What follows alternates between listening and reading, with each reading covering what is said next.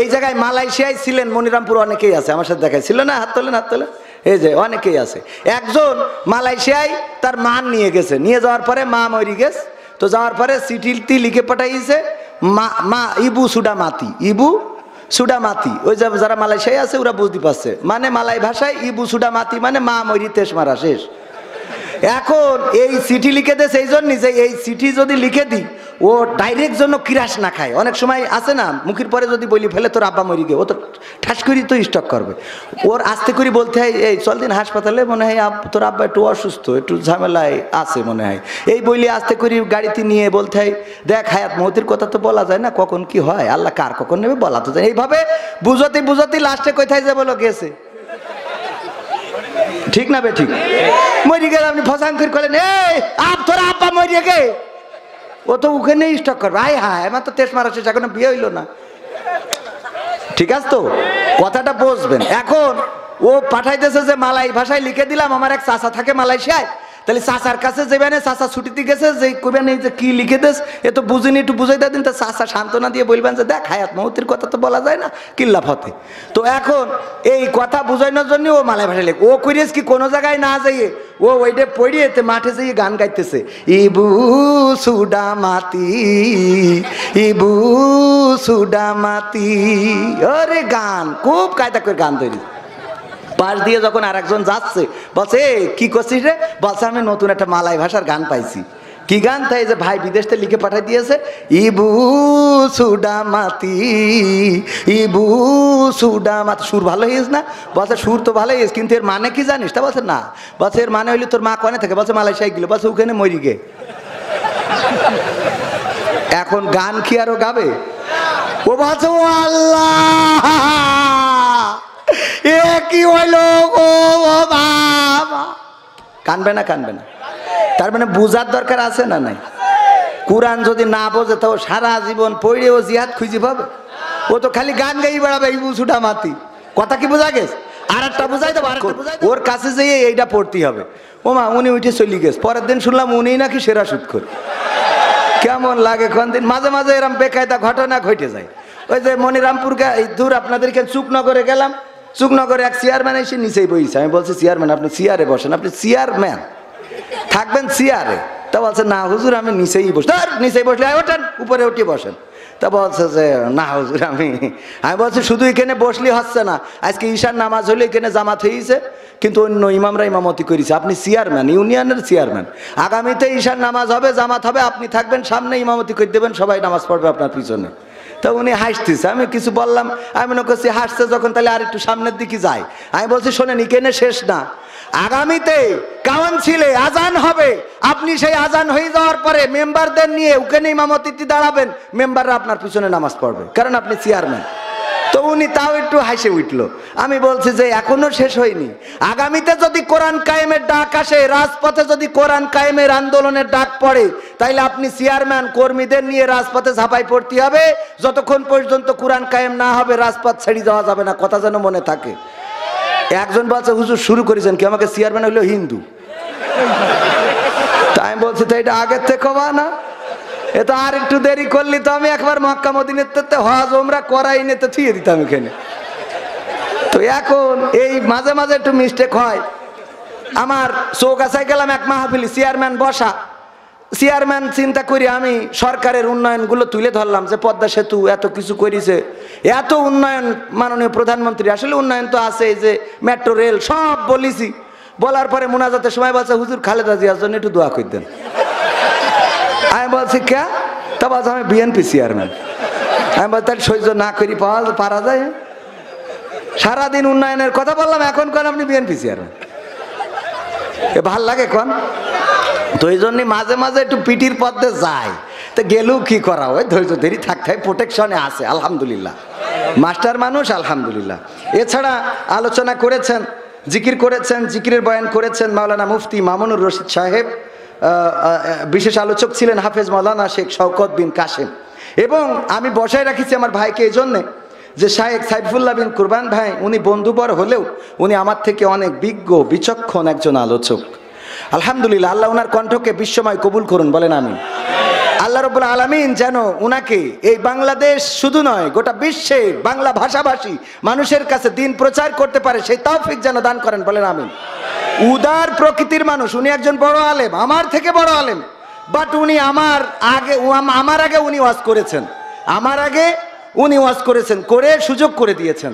আমার পাশে আছেন আপনাদের এলাকার কৃতি সন্তান, চেনেন কিনা, চেনেন কিনা? আপনার এলাকার সন্তান, আপনাদের খুব ভালোবাসার মানুষ, আমাদের জাহাঙ্গীর স্যার, উনি বীর শ্রেষ্ঠ কি যেন মুক্তিযোদ্ধা কলেজের প্রফেসর। আমি আর মুখস্থ থাকে না, ব্রেনের সমস্যা। একজন বলতেছে আমার মেধা, বলছে আব্বা আমি 2টা পুরস্কার পাইছি, বলছে কৃষি, বলছে একটা হলো মেধা তালিকায় আমি সেরা হয়েছি, এই জন্য একটা পুরস্কার পাইছি, বলছে আরেকটা তো মনে নেই। তাহলে ওর কি মেধা চিন্তা করতে হবে, ও মেধা তালিকায় ফার্স্ট হয়েছে তাই ওর একটা পুরস্কার, আরেকটা পুরস্কার কে জানি তা ওর খেয়াল নেই। বুঝা গেছ তো? মানে মানুষের তো শয়তানের তো শেষ নেই। বলছে যে স্যার বলছে এর মধ্যে অলস কিডা একটু হাত উঁচু করো, আমি পুরস্কার দেবো। তা সবাই হাত উঁচু করেছে, একজন হাত উঁচু করেনি। বলছে তাহলে সব অলস, একটা খালি পাওয়া গেল যে অলস না। তা বলছে না স্যার, তা বলছে তুই হাত তুলিস নি কেন? তাহলে বলছে ও তোলে কিডা, তার মানে এইটা হইলো ওগের থেকে উপরে। হ্যাঁ, যাই হোক, ওদিকে না যাই তো। ভাইজান অনেক সুন্দর একজন আলোচক আমার জাহাঙ্গীর স্যার, আজকে কয়েকবার কল দিয়েছেন ব্যস্ততার জন্য, আসলে সবসময় মিট করা সম্ভব হয়ে ওঠে না। আপনাদের এলাকার সন্তান, অনেক বক্তার সাথে উনার সুসম্পর্ক রয়েছে, বক্তারা উনাকে ভালোবাসেন আলহামদুলিল্লাহ। স্টেজে আছেন গণ্যমান্য ব্যক্তিবর্গ, আমার সামনে যারা, তারাই এই মাহফিলের প্রাণ, এই মাহফিলের স্পন্দন, এই মাহফিলের হৃদয়। আপনারা না থাকলে এখানে কেউ নাই। এই মাইক আর ক্যামেরা থাকলে কথা বলতে পারতাম? আপনারা আছেন বলেই মুখ থেকে কথা বের হবে। তো এই জন্যে এই আর পর্দার অন্তরালে আছে মা বোনেরা, আপনাদের থেকে মনে হয় 2টো বেশিই হবে। বেশি না কম? কমিটির লোক বেশি না কম? বেশি, কারণ ওরা সিরিয়াল দেখে, ওটা শোধ দেওয়া লাগবে না, কথা কয় না, শোধ দিতে হবে না। তো এই জন্যে মা বোনেরা পর্দার অন্তরালে আছেন, দাঁড়ানো বসা এখানে জায়গা হয় নাই, যারা দাঁড়িয়ে আছেন আমার কলিজার টুকরা যুবকেরা, সোনার ছেলেরা, সবাইকে আনুষ্ঠানিকভাবে সালাম জানাচ্ছি, আসসালামু আলাইকুম ওয়া রাহমাতুল্লাহ। আমরা আল্লাহর শুকরিয়া আদায় করি যে মহান রব দয়া করে মায়া করে আমাদেরকে মানুষ হিসাবে সৃষ্টি করেছেন। আল্লাহ চাইলে অন্য কোনো প্রাণী করে আমাদের পাঠাতে পারতেন না? পারতেন না? যে যুবকেরা আজকে ফ্রি ফায়ার পাবজি খেলো, যে যুবকেরা মসজিদে যাও না, নামাজ পড়ো না, একটু চিন্তা করে দেখো, তোমার যে সুন্দর চেহারা, চুলের যে কাটিং মারো, যদি টাকলা মুরাদের মতো করে দিত, ফ্যাশন মারার কথা মনে থাকতো না। আমার এখানে চান্দি পড়ে যাচ্ছে, নসিবটা ভালো, আগে বিয়ে হয়ে গেছে। এই যে পড়ে যাচ্ছে, এই চুলগুলো দিয়েছেন কে? আল্লাহ যদি চুল না দিতেন তাইলে তোমার ওই ফ্যাশন কুত্তা কাটিং ওইটা মনে থাকতো না। আজকালকের ছেলেরা, এবার খাতি পাঠাই, আমার ভাইয়ের জন্য দোয়া করার জন্য বসেছিলাম। তাহলে আপনিও খেয়েতে আসেন, হ্যাঁ খেয়ে আসেন, অসুবিধা নেই। আমার ক্যামেরাম্যান কিছু আছে, আমি সবসময় চেষ্টা করি ক্যামেরাম্যানরা ওদের একটু 2টো ডাল ভাত খাওয়াবেন, যা আছে একটু নিয়ে যান, সাথে করে 2টো ডাল ভাত খাওয়াই দেবেন। হ্যাঁ, আল্লাহ সবাইকে কবুল করুন, বলেন আমিন। আর যদি আপনারাও খাতে চান একসাথে লাস্টে, রাজি আছেন? ইনশাআল্লাহ রাজি আছেন? আল্লাহর শুকরিয়া আদায় করে বলেন আলহামদুলিল্লাহ। আজকালকের ছেলেরা বই নিয়ে আর বসে না, গুগলে সার্চ করিয়া পড়ি। ওরে একালের মেয়েরা কোরআন হাদিস ধরে না, আমার মনিরামপুরের মা বোনেরা কোরআন হাদিস পড়ে না, ও আল্লাহ টিকটকে ভিডিও ওরা করে। আজকালকের ছেলেরা বই নিয়ে আর বসে না, গুগলে সার্চ করিয়া পড়ি। আগের সময় প্রেম করিলে সভাপতি বলতো পাইছো কি, এখন বলে শখ করিয়া বাবু তুমি খাইছো কি? বলে না, বলে না, বাবু তুমি খাইছো কি? কেন কি কুদি? ও তো বুড়ো ধাড়ি হয়ে গেছে, ওরে তুমি বাবু বলো কোন আন্দাজে? ও কি এখন ফিডার খাওয়া লোক? কথা কয় না। এইগুলো আছে না নাই? আমার যুবকদেরকে ফেরানোর দরকার আছে না নাই? যুবকেরা ধ্বংস হয়ে যাচ্ছে, তাদেরকে ধ্বংস করার মতো রাস্তা করে দেয়া হচ্ছে। বিভিন্ন সিনেমা বাংলাদেশ এবং ভারত একযোগে চালানো হয়। এই বিভিন্ন সিনেমা চালিয়ে আর ইউটিউব ফেসবুকে নোংরা ভিডিও, অশ্লীল ভিডিও দিয়ে আমার যুবকদেরকে ধ্বংস করার পরিকল্পনা হাতে নেওয়া হয়েছে না নাই? নাই। আবার নতুন করে চালু হয়েছে ট্রান্সজেন্ডার সমকামিতা, একেতে বিয়ে হয় না আবার এর মধ্যে ঢুকাচ্ছে সমকামিতা। বলেন এগের কি আমরা ওয়াজ করে ঠেকায় রাখতে পারবো? নাকি বাটামেরও দরকার আছে না নাই? সেই বাটাম যদি কায়েম করতে হয় বাংলার জমিনে কোরআন কায়েমের দরকার আছে না নাই? আর কোরআন যদি কায়েম করতে হয় নিজেদেরকে কোরআনের আঙ্গিকে গড়ার দরকার আছে না নাই? নিজেদেরকে কোরআনের আঙ্গিকে গড়ার শপথ নিতে হবে। ওগো আমার ভাইরা, এখানে যারা এসেছেন আল্লাহ যাদেরকে পছন্দ করেছে তারাই আসতে পেরেছেন। আমি হতভাগা, আমি অযোগ্য। আপনাদের মধ্যে যতটুকু বলবো কোনোটা আপনার খোরাক হয়ে যেতে পারে। এখানে যারা এসেছেন একটু চিন্তা করতে পারেন জীবনে কত গোনা করেছেন। জীবনে অনেক গোনায় আছে, এমন অনেক গোনায় আছে যেই গোনার খবর মা যদি জানতো বাড়িতে ভাত রান্না করে খাওয়াতো না, এমন গোনা আছে না নাই? বাবা যদি জানতো বাড়িতে ঢুকতে দিত না, গ্রামের বন্ধুরা যদি জানতো গায়ে থুতু নিক্ষেপ করতো, এমন গুনাহ তুমি করেছো। স্ত্রী যদি জানতো বলতো তুমি আমার এমন স্বামী, তুমি এত গুনাহ করে বেড়াও। আমার স্ত্রী যদি জানতো কবির বিন সামাদ হুজুর মানুষ হজ করে বেড়ায়, আড়ালের গুনাহগুলো যদি জানতো বলতো কেমন হুজুর তুমি এত মানুষের সামনে ওয়াজ করে বেড়াও, অথচ তোমার এই চরিত্র। ওগো আমার ভাইয়েরা, এমন অনেক গুনাহ আছে পৃথিবীর কেউ জানেন না। জানেন কি? সেই আল্লাহ যদি জানে, সেই আল্লাহকে হাজির নাজির জেনে এখানে যারা বসেছেন আল্লাহর কাছে আমরা ক্ষমা চাইবো, আল্লাহর কাছে আমরা পানাহ চাইবো, আল্লাহকে আমরা অভিভাবক হিসাবে চাইবো। হতে পারে এই মাহফিলটা আমার আপনার নাজাতের ওসিলা। বলেন সুবহানাল্লাহ। আল্লাহ সেটা করে দিতে পারে না, পারে না। আর যাকে কবুল করবে না, আল্লাহর নবী বলেছেন আল্লাহ যাকে জাহান্নামের জন্য তৈরি করেছে, আল্লাহ যে জাহান্নামে যাবে সে সারাটা জীবন ভালো কাজ করার পরেও মৃত্যুর আগে জান্নাত যখন তার 1 বিঘাত অথবা কিছু অংশ দূরে থাকবে, এই সময়ও এমন খারাপ কাজ করবে যে আল্লাহ খুশি হয়ে তার জাহান্নাম দিয়ে দেবে। বলেন নাউজুবিল্লাহ। আবার অনেকেই আছে সারাটা জীবন অন্যায় করলো, গুনাহ করলো, জেনা করলো, ব্যভিচার করলো, কিন্তু আল্লাহ রাব্বুল আলামিন তার মৃত্যুর সময় এমন কোন কর্মের পরে সন্তুষ্ট হয়ে গেল যে আল্লাহ তার জান্নাত দিয়ে দিবে। বলেন সুবহানাল্লাহ। সুতরাং এই মাহফিল সবাই এখানে থাকতে পারবে না, সবাইকে এখানে রাখবে। আমার সভাপতি সাহেবের বাড়ি মুরগি আছে, ওই মুরগি ডিম দিয়েছে 10টা। 5টা ডিম ওনার মেয়ের জামাই আসিল, আসার পরে 5টা ডিম ভেজে খাওয়াই দিয়েছে। আছে কয়টা? 5টা ডিম। এই 5টা ডিম যখন মুরগি তাওয়া লাগা হয়েছে, বলছে এই মুরগি তাওয়া লাগা হয়েছে, 5টা ডিম কেমন করে বসাই? তুমি গ্রাম থেকে আর 5টা ডিম খুঁজে নিয়ে আসো। সারাদিন খালি মাহফিলের সভাপতি করবা তা তো হবে না। এখন সভাপতি সাহেব খুঁজে খুঁজে 5টা ডিম খুঁজে পেয়েছে, কিন্তু মুরগির না হাঁসের। কের? মুরগির নিচেই, পেটের নিচেই দিলে ফুটবে না? ফুটবে না?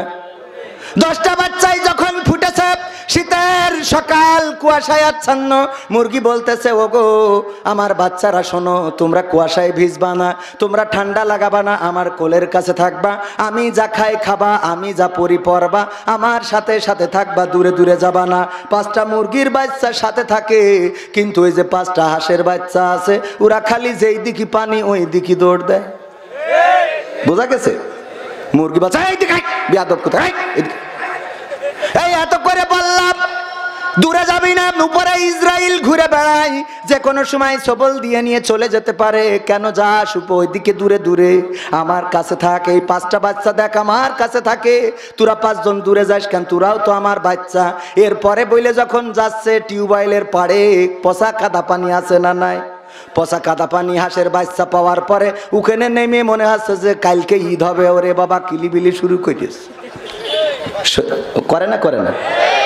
মুরগি বলছে ওরে আমার বাচ্চারা, আমার বোঝা হয়ে গেছে, তোদের আর ওয়াজ করি লাভ নেই, কারণ তোরা আমার জাতের না, আমার বোঝা শেষ। কথা কি বোঝা গেছে? তোরা আমার জন্মেরও না, অন্য কারো জন্মের। তোরা যদি সত্যিকার অর্থেই আমার জাতের হইতিস তাইলে 5টা যে মুরগির বাচ্চা আমার সাথে থাকে, তোরা 5 জন আমার সাথে থাকতিস। আমার বোঝা হয়ে গেছে তোরা আমার জাতের না, এই জন্যই তোদের যাই বলি কোনো কিছু কানে ঢোকে না। তোদের ওই ভালো লাগে চটপটির দোকান, তোদের ভালো লাগে ফ্রি ফায়ার পাবজির ঘর, তোদের ভালো লাগে ক্যারাম বোর্ড, তোদের ভালো লাগে ওখানে যে আড্ডা মারা। যতই বলা হোক এই সামিয়ানার তলে তোদের জায়গা হবে। কথা কি বোঝা গেছে? যারা জাতের তারা থাকবে, আর যারা জাতের না ওদের যাই করেন থাকতে পারবে, কারণ ওরা ওখানে যাবে ওই পচা কাদা পানি মাখবে আর বলবে এসে বললো খেলা হবে। কি বলবে না? বলবে না? ভাইরা আমার, গান তো শেষ করতে পারছি না, অর্ধেক করে রাখছি, মনে আছে কিনা? সব শোনাবো, একবারে কষে দেবো। যতটুকু সময় আছে সময়ের মধ্যে প্রথম আলোচনাটা করে নি। আবার কোরআনের আয়াত তেলাওয়াত করেছি প্রথমেই, শুরুতেই, মনে আছে কিনা? পবিত্র কোরআনের সূরা তহার 55 নম্বর আয়াত, কয় নম্বর? 20 নম্বর সূরার 55 নম্বর আয়াত। আমরা এই আয়াতটা কোথায় পড়ি বলেন দেখি? মিনহা, পড়েন, মিনহা খলাকনাকুম ওয়া ফিহা নুঈদুকুম ওয়া মিনহা নুখরিজুকুম তারাতান উখরা। কোথায় পড়ি? মৃত ব্যক্তির কাছে, মরা মানুষকে যখন কবরে নামাই তখন আমরা এই আয়াত পড়ি। অথচ এই আয়াত ওই মরা মানুষের জন্য নাজিল হয় নাই। এই আয়াতের প্রেক্ষাপট ওইটা বলে না, এই আয়াতের শানে নজুল ওইটা বলে না। এই আয়াতটাও ওই কবরবাসীর জন্য নাজিল হয় নাই।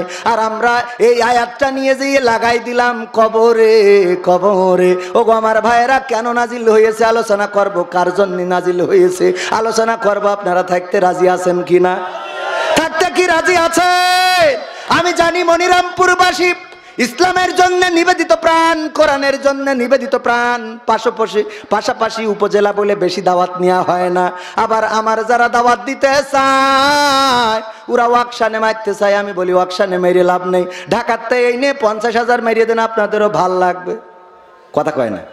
পাশের তো যারা আনতে চায় কয় হুজুর বাড়ি আপনার এই পাশে, আসবেন এসে আপনি বাড়িতে কুলি করে লিখে নিয়ে এসে ফেলা যায়, আপনি আপনার এত হাদিয়া দিতে হবে কেন? আমি বলি ঢাকাতে নিয়ে আসেন, টাকা বেশি দেন, ভাল লাগবে। কথা কয় না? গ্রামের ইমাম মসজিদে কি চাকরি হয়?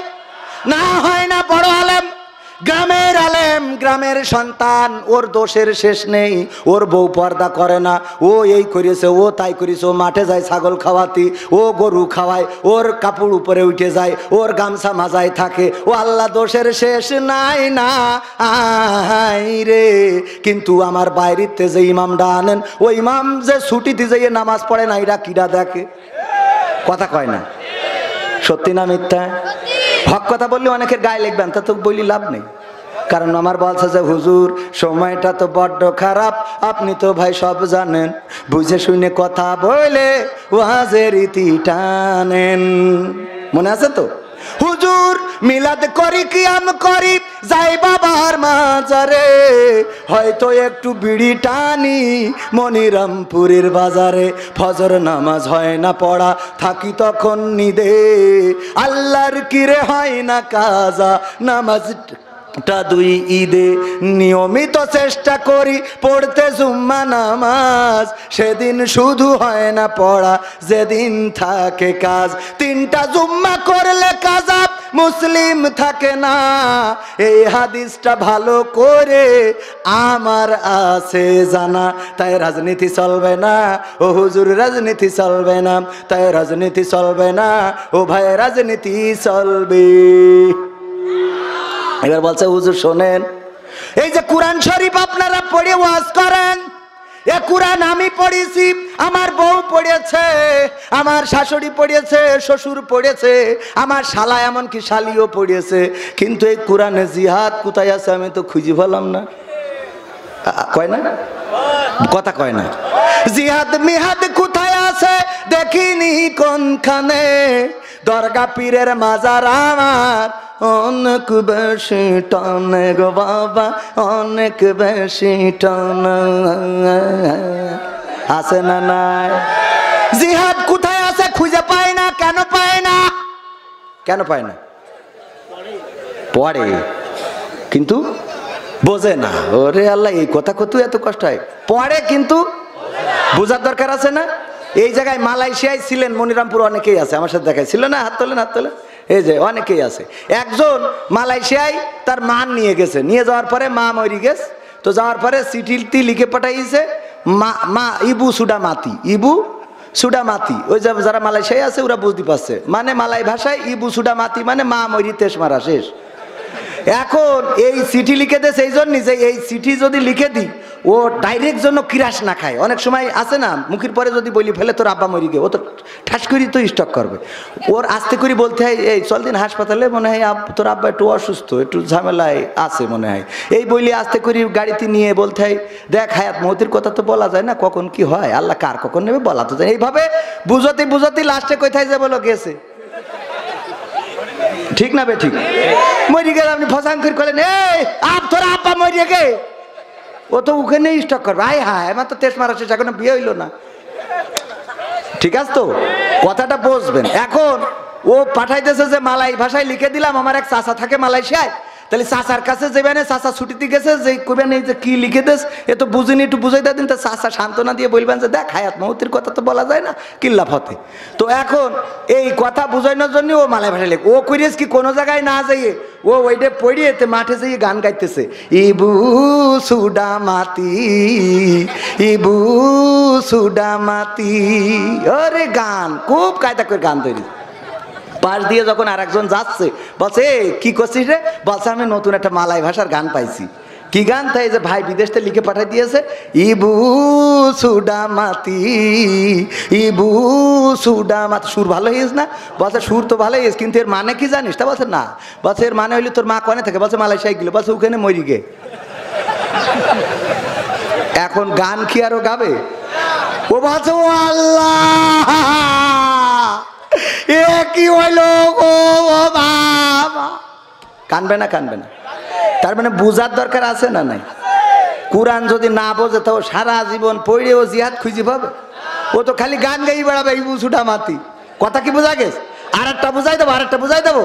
আব্দুল্লাহ আলামিন ভাই বুঝাইতো, সেটা হইলো কি, এক মসজিদের ইমাম সাহেব সে ছিল একটু ন্যাংরা। কি আপনারা খুড়া বলেন না ন্যাংরা? ন্যাংরা। এই ন্যাংরা আর একজন মুসল্লি ছিল একটু চোখে কম দেখে।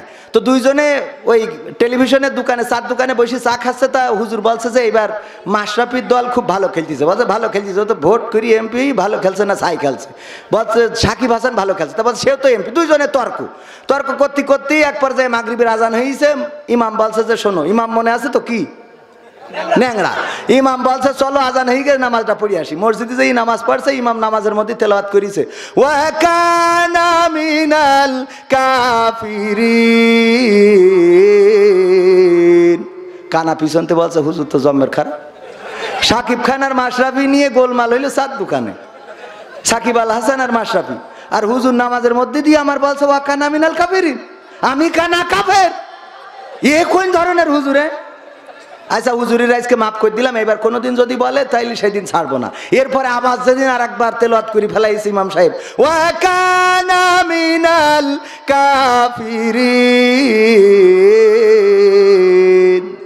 কানা বলছে হুজুর আগের দিন মাফ করে দিলাম, আপনি আমার গ্রামের হুজুর, হাজার হলো মসজিদের ইমাম, আপনার সম্মান আছে। আর আপনার কত যত্ন করে আমরা খাওয়াই, আমার বউ মুরগি জবাই করে কিডনি ফুসফুসে খুলে আপনার খাওয়ায়। আর আপনি প্রতিদিন নামাজ দিয়ে বলেন যে ওয়াকানা মিনাল কাফিরিন। আপনি ইমাম, আপনার বলার অধিকার আছে বলে আমার প্রতিদিন কাফের বানাবেন তা হবে না। আমার তো লুকমা দেওয়ার অধিকার আছে, আজকে আমি লুকমা দিচ্ছি। আল্লাহু আকবার। ওয়া ন্যাংরা মিনাল ফাসিকিন। আমি কানা কাফের হইলে তুমি ন্যাংরা ফাঁসে। তাহলে কি বোঝা গেছে? কি বোঝা বোঝে? কি বোঝা বোঝে? বোঝা গেছে তো? হুজুর জিহাদ মিহাদ কোথায় আছে দেখিনি কোনখানে, দরগা পীরের মাজার আমার অনেক বেশি টানে, সেথায় গেলে শর্টকাটে ভাই জান্নাত পাওয়া যায়, পরকালে তরাই নেবে চিন্তা তেমন নাই। পীর সাহেবের কাছে মুরিদ আমি আমার নেতা, বছর বছর নাজরানা দি আমি আবার সেথা, হইলে ওরস কোনোভাবে মিস তো করি না, ওখান থেকে আল্লাহ রাসূল হয়েছে জানা। তাই রাজনীতি চলবে না ও হুজুর, রাজনীতি চলবে না, তাই রাজনীতি চলবে না ও ভাই, রাজনীতি চলবে। আমরাও বলি কোন রাজনীতি হবে না, কোরআনের মাহফিল কেন রাজনীতি করব? কেন রাজনীতির কথা বলবো গো? রাজনীতি তো তাদের দরকার যারা ট্রাক নিয়ে দৌড়দৌড়ি করে, যারা বাস নিয়ে দৌড়দৌড়ি করে, যারা ইগল নিয়ে দৌড়দৌড়ি করে, যারা কিস্তি নিয়ে দৌড়দৌড়ি করে, তারা রাজনীতি করো, কোনো আপত্তি নেই এই রে। আমরা কোরআনের নীতির কথা বলবো, তোমরা আমাদের কোনো ঝামেলা করবা না। ঠিক না ঠিক? কোরআনের নীতি করা যাবে তো? কোরআনের পক্ষে কথা বলবো, দল মত নির্বিশেষে কোরআন কায়েমের জন্য যদি ডাক আসে, আমি বলেছি ওগো তাওহীদি জনতা, কে আওয়ামী লীগ, কে বিএনপি, কে জামাত, কে জাসদ, কে বাসদ, কে হেফাজত, এটা বড় কথা নয়। আল্লাহর দিন আল্লাহর জমিনে কায়েম করতে হবে। যেইখানে আছো সেইখান থেকেই তোমাকে চেষ্টা করতে হবে। কোরআন কায়েমের জন্য যদি ডাক আসে, দিন কায়েমের জন্য যদি ডাক আসে, মুসলমান পরিচয়ে সব ভেদাভেদ ভুলে রাজপথে থেকে বুকের তাজা রক্ত যদি ঢেলে দিতে হয়, বুকের তাজা রক্ত ঢেলে দিয়ে সেই রক্তের সাগরে সাঁতার কেটে কেটে একটি রক্তাক্ত বিপ্লবী কালেমার পতাকা বাংলার জমিনে উড়ানোর জন্য প্রস্তুত কারা কারা দুটি হাত দেখতে চায়?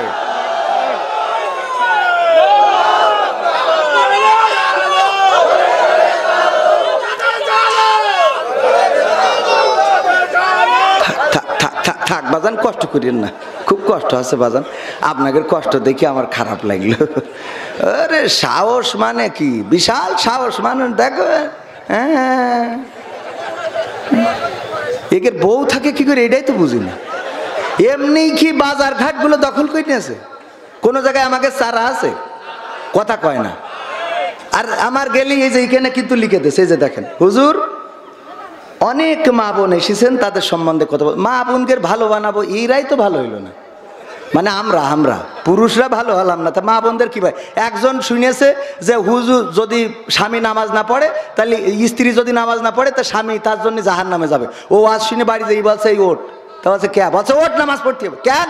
বলছে যে কবির বিন সামাদা এলো, বলিছে যে স্ত্রী নামাজ না পড়লে স্বামী জাহান্নামে যাবে। তা বলছে তাই কি? বলছে তুই নামাজ না পড়লে আমি জাহান্নামে যাবো, তাই কি মানে? তা বলছে তুমিও তো নামাজ পড়ো না। বলছে আমার জন্য আমি জাহান্নামে যাবো, তোর জন্য যাবো কে? আমার জন্য আমি যাবো, অসুবিধে নেই, তোর জন্য যাবো, তুই কি মনে ভাবিছিস? ওঠ। বলছে শীতের রাতে ডিস্টার্ব করি না, কালকেতে পড়বান। বলছে কে আর কালকে? আজকে তো ওঠ, এখনই নামাজ, কি এর কালকেতে? বলছে শীতই কোন পাগলের রস শুনে আইসা কদিন? তা উঠোয়ে জোর করে উজু করাই নিয়ে আইসে, থর করে কাঁপতেছে। বলছে তো বলো এখন কোন নামাজ? তো বলছে পড় যা হয়। বলছে যা হয় পড় কি? রাত 12টার সময় কে নামাজ খাও? শীতি বাচ্চি নে, তুমি ইমামতি দাঁড়াও, আমি পিছনে দাঁড়াই। তা বলছে যা হয় পড়, যা হয় পড়। বলছে যা হয় পড় কি? তুমি সামনে দাঁড়াও, শীতি উজু করাইলে কেন আবার? বলছে ওরা করছিস কেন? কালকে তো পয়সা না হয়ে গেছে, আমার ঘরে হয়ে গেছে। উনি সারাদিন চার দোকানে থাকবে, ওই পরিমণি, তারপরে বুবলি, তারপরে এই যে এইসব আছে আরো নাম আপনারা জানেন, সব আমি করতে পারবো না। ওই সব দেখি বেড়াবে আর আমাদের কাছে ফোন দেখাবে, হুজুর আমার বউ বেপর্দাশীল হয়ে গেল, একটু ওয়াজ করে দিয়েন। ওরে বেপর্দা তো তুই, খেলা তোর কোনোদিন পাওয়া যায় না মসজিদে। বেপর্দা কিডা? কথা কয় না। এইবার মনে হয় গায়ে লেগে গেছে গো। মা বোনেরা করছে খেলা হবে, মা বোনেরা করছে আগামীতে এই হুজুরি আনতে হবে। কারণ উচিত কথা আজকে ধরা পড়ে গেছে। তুমি চার দোকানে বসে তো সালমান খান, শাহরুখ খান, পরিমণি, তারপরে এইসব মেরি তেস মেরি, তারপর যাবা। আজ এই স্ত্রীর রাত 12টার সময় কবা এই দরজা খোল, দরজা খোল।